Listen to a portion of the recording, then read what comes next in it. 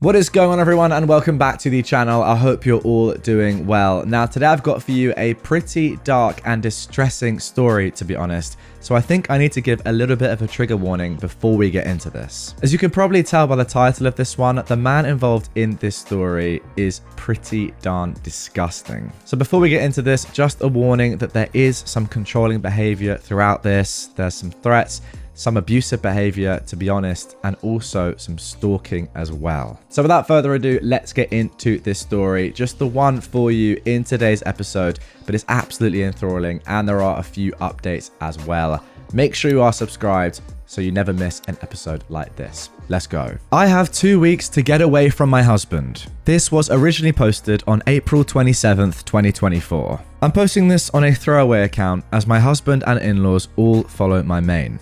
I am a 29-year-old woman, and I've been married to my husband, who is 30, who I'll call Alex. Alex and I met in college during our freshman year. We started off as just friends and got married 7 months ago. I've gotten along with his family, but we aren't super close, although we are friendly enough. The problem is that Alex has begun to make me incredibly uncomfortable. Firstly, he's begun to ask me who I'm meeting with, where, what we plan on doing, how long, every single time I leave the house without him.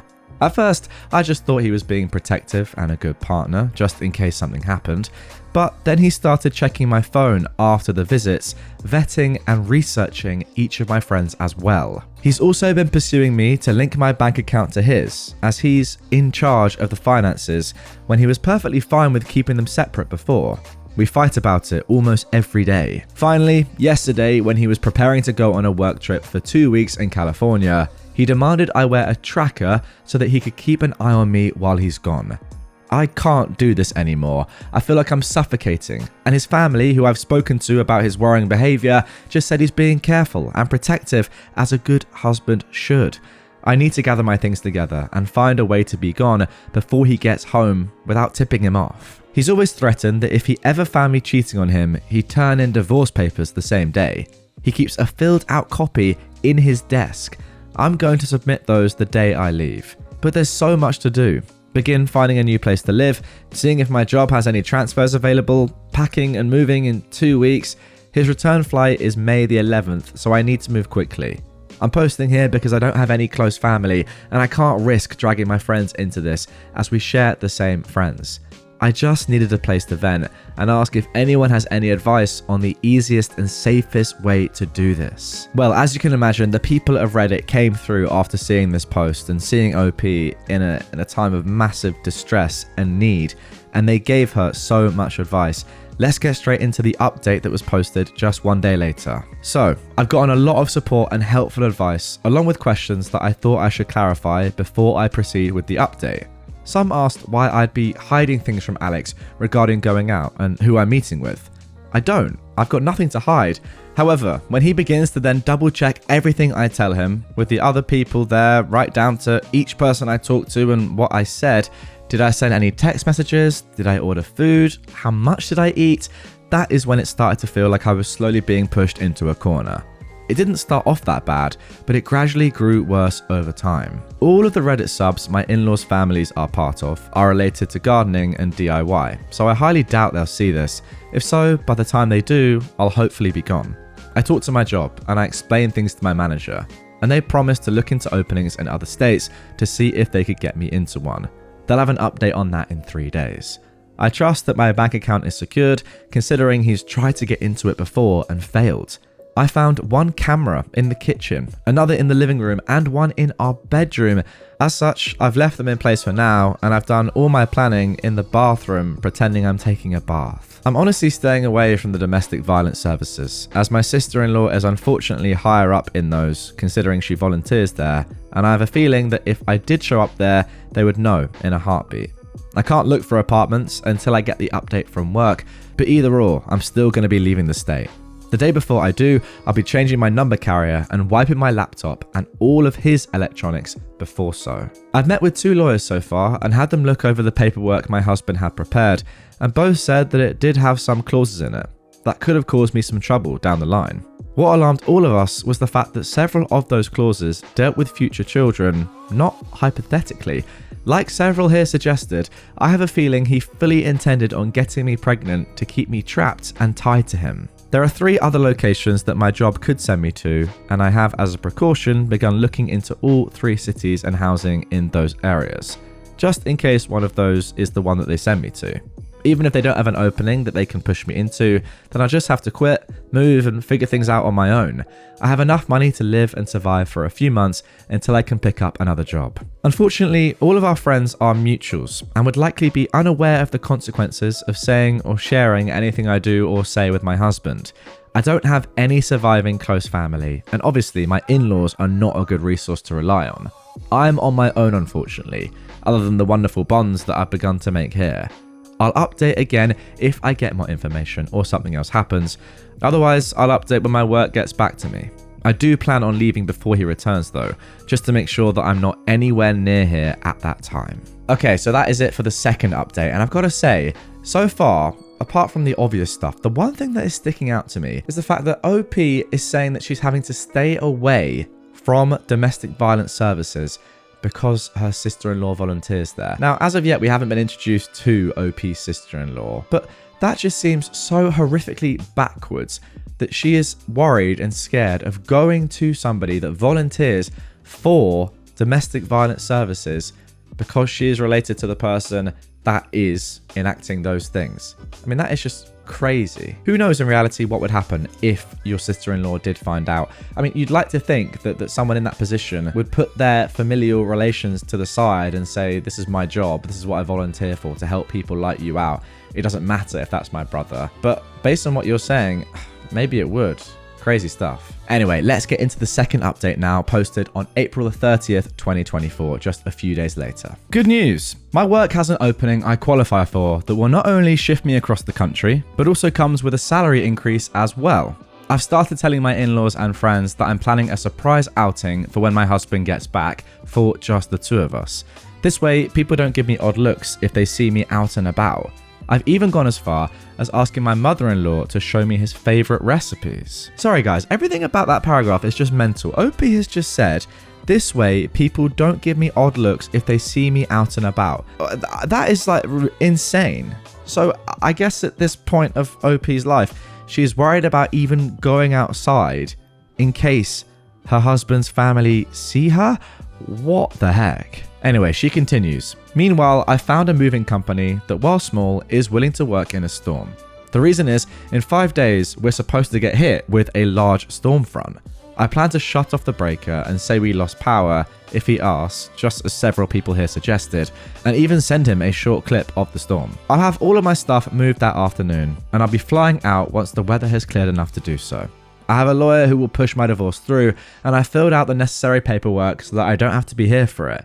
I'm not suing for assets or alimony, and I've shredded his divorce papers as well. I've set up a cheap payphone plan through Cricket until this is all said and done, at which point I'll find a new carrier, number and phone. This one is being wiped and left behind. My laptop is provided by my work, and the IT department inspected it thoroughly and it was clean, thankfully. No other electronic aside from my laptop and new phone will be coming with me. If Alex needs to talk to me, he can do it through my lawyer.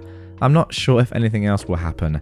My fingers are crossed that he doesn't think anything's amiss until after I leave, and I'm not turning the breaker back on when I do. He can when he gets home. My work is covering the plane ticket, so that at least is one expense I don't have to finagle in. Okay, let's get straight into the third update. This posted on May the 7th, 2024. It's been a busy week, but I've gotten so much done. Firstly, I'm now out of the house and I'm currently in a hotel while I look for an apartment. It's a big city, bustling with people no matter where you look. We had a pretty bad storm system hit back home that actually lasted 2 days. High winds, thunder, lightning, and even hail everywhere. I didn't take much from the house, my documents, clothes, and important sentimental items. I left all of the furniture and electronics behind. I cleaned the house top to bottom, and I took pictures on my phone so that he couldn't claim I damaged anything when I left. My lawyer has already started divorce proceedings, and my husband will be served on the 8th. His plane is due to land early morning, and the sheriff will be there at the house waiting for him. He is very much about public appearances and reputation. My lawyer will be calling him as well to inform him that I am more than willing to air out everything to the public about his actions if it means securing my freedom from him. I'll go to court as long as I must to get this pushed through. I haven't told our friends or in-laws yet. I will do that while he is on the flight to prevent him from getting wind of it before he's handed the divorce papers. I'll be calling around and explaining why we're getting divorced to try and prevent him from twisting this into somehow being my fault. I don't want him trying to claim that I had an affair or something, so I want to get the truth out before he can twist this. As for me, well, I'm doing okay. I'm tired, but yet I feel almost jittery and off kilter. I keep looking over my shoulder and monitoring what I say, even when I don't really need to anymore. Hopefully that will fade soon. Yeah, it's sentences like this which I think really do show the level of emotional abuse, manipulation and control that has been going on here, even if it wasn't objectively obvious. And I think, to be fair, OP has actually hidden quite a lot of what's happened, really. I mean, I'm getting that sort of sense. Yeah, sentences like that drum it in and really push the point that this has been going on for a while and has had huge effects on OP. She continues, my work is covering the cost of the hotel and I'm working on getting my other things in order. I also need to find a new GP as I want to get a full test just to make sure that everything is okay. I don't know when my next update will be, probably when the divorce papers are filed or if we have to go to court to push them through. I will try to keep my head up, but it feels like I'm in a whirlwind or something with so many things to do and think about. I kind of thought it would be easier once I got out of the house, but while the fear is smaller, somehow the number of tasks only seem to have grown. Okay, and then let's get into the final update of this one. This is the 4th update posted just yesterday at the time of recording, May the 14th. That is 1 week after the 3rd update. Sorry I haven't updated for a while. Things got hectic and a bit chaotic, honestly. First, I'm working on getting an apartment still and have applications in at 3 different places, and I'll hopefully hear back from them soon. I'm still going into work here at the new location, so I don't have to worry about burning through my emergency savings completely. I've gotten a lot of emails from Alex, his family, and our old friend group asking question after question. I've only sent one return to Alex, explaining that I don't believe we are truly compatible and it's best that we separate now. That his treatment of me when I'd done nothing to deserve as such was just as much of a deal breaker as cheating was for him. I ended the email with the statement that I would not be contacting him further, and anything else he needed to pass on to me or vice versa would be done through my lawyer. For his family and friends, I just typed up one email outlining everything that had happened and why I left. I told them I wished them no ill will, but that such treatment of his wife and partner was not acceptable. That should Alex get remarried in the future, I wish they would help support both partners and not just Alex. Alex, from what my lawyer told me, was livid when he was served. The sheriff actually ended up booking him for assault on an officer and menacing due to the threats he was shouting. His father bailed him out in a few hours, but with the testimony of the sheriff, my lawyer believes I have a very good chance at getting a restraining order. Alex, upon returning to the house, apparently lost his temper again, breaking the dining table into pieces as well as the TV and putting several holes in the walls. At least that's what one of the emails from one of our friends reported, as Alex called him to help him clean up the mess. My lawyer already has pictures of the house that I took, with timestamps as evidence that nothing had been damaged by me. My friend reported that Alex tried to claim that I'd been the one to trash the house, but the holes in the wall were at head height. Alex is 6'3" and I'm 5'4", so he knew that was false.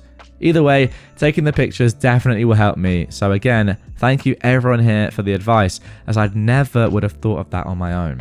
My work won't share details of where I am, as I do work with some higher end clientele who value security, and that information won't be gossiped about, and no, I'm not some stripper or escort.